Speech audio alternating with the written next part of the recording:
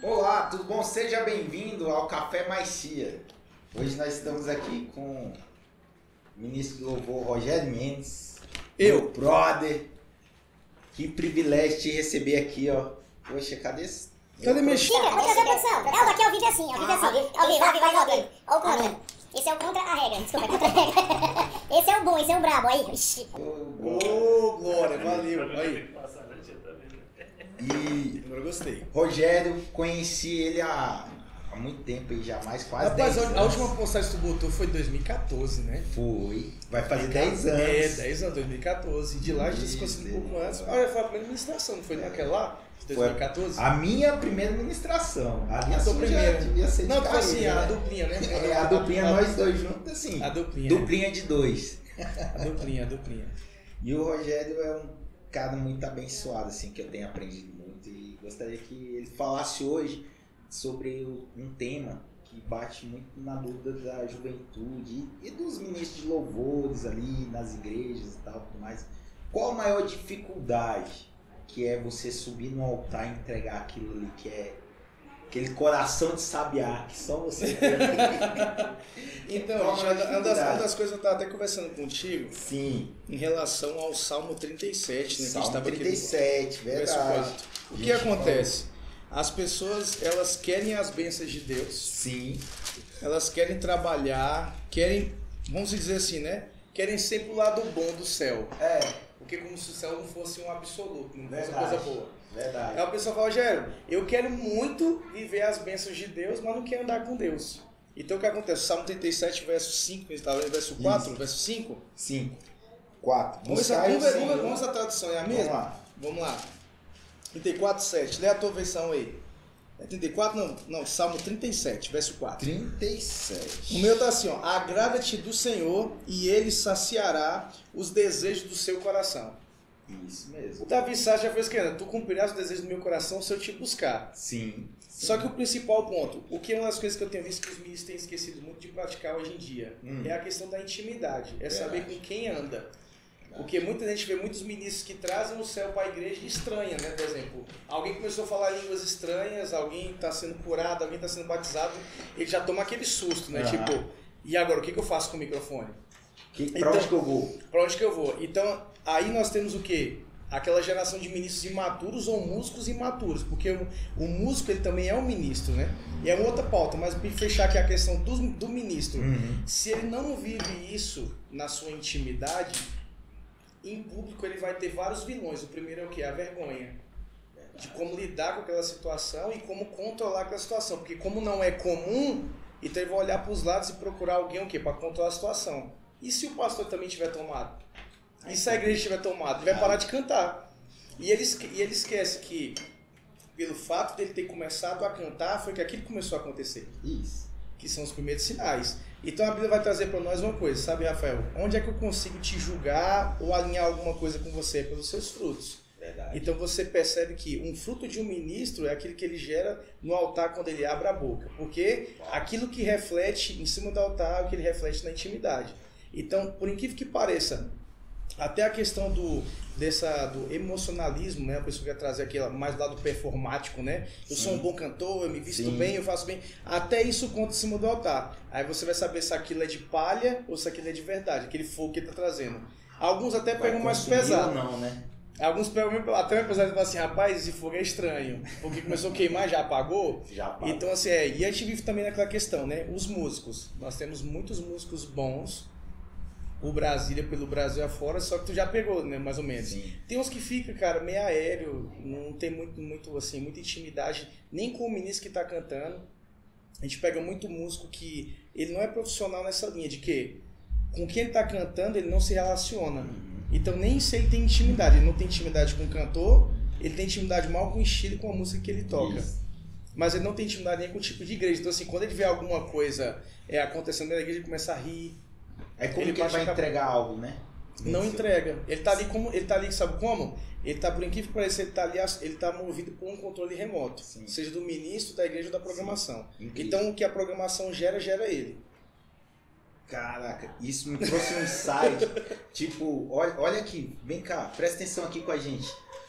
Elias, quando vai ali no monte, com os profetas de Baal, o que ele faz antes de mandar fogo consumidor? Ele restaura o altar. Então muitas vezes, isso que você está me falando aí agora, às vezes a pessoa quer entregar algo, mas o altar não está restaurado. Não tá Então, às vezes nós cantamos, Senhor, então vem me incendiar, meu coração é o seu altar. Mas aquilo ali está sendo da boca para fora. Uma legião, né, de igrejas que trabalham sobre o lado da contribuição. Sim, né, o dar. Sim, Aí você já tem é que outro dar, lado. você tem que dar. De graça, receber de graça, você tem que dar. Né? Aí você percebe que, tipo assim, muitos altares se levantam para receber ofertas. Verdade. Mas que Jesus disse, se você tem algo contra alguém, primeiro vá lá, peça perdão, depois você entrega a sua oferta. Você percebe que até para entregar algo que, tipo assim, até para eu levar algo ao altar, sim, mesmo que ele esteja desorganizado, sim, eu preciso me concentrar primeiro lá atrás. Então, assim, antes de eu preparar a lenha, eu tenho que até aprender o quê? Como levar a lenha. Eu não posso levar de qualquer jeito. Aí muita gente se pega naquilo que tá lá, assim, um fogo arderá sobre o altar e nunca se apagará. Mas não compreende que aquilo ali tem toda uma questão, tem todo um sacrifício, tem toda uma renúncia por trás disso. Isso. Tem toda uma vida pautada, voltada para Deus. E assim, Rafael, só para você pegar uma questão, que eu sempre troco ideia com os músicos e falo com os ministros, cara. E eu sou muito franco com isso. As suas referências, elas gritam dentro de você. Verdade. Então, assim, por que parece o músico que ele está muito atrelado à música secular, aquilo vai gritar dentro dele. Eu já tive casos de música, eu não vou citar nomes por questão de ética, que a gente passando ali um louvor, no meio do louvor ele puxou uma música secular porque a melodia era igual. Aí a gente, mano, para de cantar isso. Uai. Aí ele, por quê? Eu falei, cara, tu tá cantando a outra música. Aí ele, rapaz, é que eu tava ouvindo ela hoje. Foi automático. Foi no final de um culto. Tava ouvindo muito aquela referência, começou a gritar dentro dele. Uma coisa é a seguinte. E puxou. Então aquilo que você consome muito, dependendo, você perde o controle daquilo. Então a mesma coisa está atrelada. Porque a ciência vai dizer que o nosso corpo ele é sujeito a vícios. Sim. Então é o sinal que o quê? Aquilo que você está colocando para fora já está gritando dentro de você. Está dentro do seu coração. Já está ecoando dentro de você. Então o que eu faço sempre para os ministros? Qual foi a minha escola? Né? Fora o Diante do Trono. Foi David Keelan, Ademar de Campos, Asaf Borba. São caras que, quando abrem a boca, o céu se torna profético. Porque aquilo porque você tem que entender. Quando Deus ele permite que um profeta ele se mova de um lado para o outro, é sinal de que ele quer mudar a situação daquele lugar. Profeta não se move à toa. Não se move. E profeta não nasce à toa. Por incrível que pareça, uma cidade já pode estar em escassez, mas se alguém começar a orar, aquilo que ele ecoa não muda a sua situação dele, mas muda a situação da região. Todos. Então é isso que o louvor traz. Então, assim, é uma das coisas que eu procuro pregar, sempre passar para as pessoas que tocam e cantam. Se você não sabe servir a igreja, então você não serve para aquele lugar. Você não serve para aquele momento, porque a igreja nasceu para ser servida. E quanto mais você cresce, tem um cabelos brancos. Mais você serve. Como eu disse na tua igreja, mais você serve. Quanto mais você cresce, mais você tem que ensinar, mais você tem que preparar. E se por acaso alguém que está do teu lado, presta atenção nisso, alguém que está do teu lado aí servindo contigo, tocando contigo, está tendo um comportamento errado ou faz alguma coisa errada, é sinal de que você não está sendo um reflexo necessário para ele. Uau, profundo, cara. Você precisa ser mais. Isso. Você precisa ser mais. Verdade. O pão de cada dia nos dá hoje reflete tudo. É mesa. Tem que ser mais. É provisão, é comportamento. Salomão o provérbio vai dizer que ensina a criança o caminho que ela deve seguir. Perfeito, isso. Que ela nunca se desviará dele. Então, as pessoas não entendem, né? Muito disso. Porque muitas vezes as pessoas ficam presas nisso. Mas a pessoa conheceu, viveu, foi evangelizada ali e tal, tudo mais. Mas só que Jesus, ele trata várias formas ali. Na parábola da ovelha perdida, na parábola da dracma perdida, na parábola do filho pródigo, ele trata várias formas da coesão das 99, da unidade. Mas, para finalizar, qual mensagem você pode deixar para o pessoal que está assistindo a gente lá, sobre que quer iniciar aí no Ministério de Louvor, que sente algo, um chamado, algo latendo? Vamos lá. Qual mensagem você pode deixar aí? Vamos lá. Primeiro ponto. Antes de você ser músico, você ser cantor, você ser ministro, você é adorador. Uau. Então, quando o teu altar de adoração ele morre, você não serve praticamente para nada assim, na igreja em relação a servir. Então, qual o cuidado que eu te dou em relação a isso? antes de querer pegar um instrumento, pegar uma Bíblia para pregar, pegue o seu coração e leve ele para o altar de Deus para ser tratado.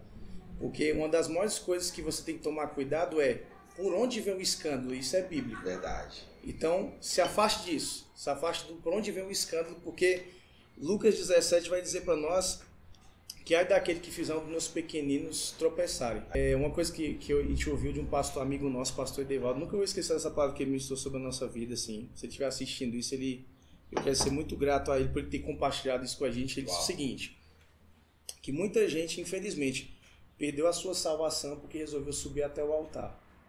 Enquanto ele era só um membro, ele era um adorador, ele tinha a sua salvação em dia.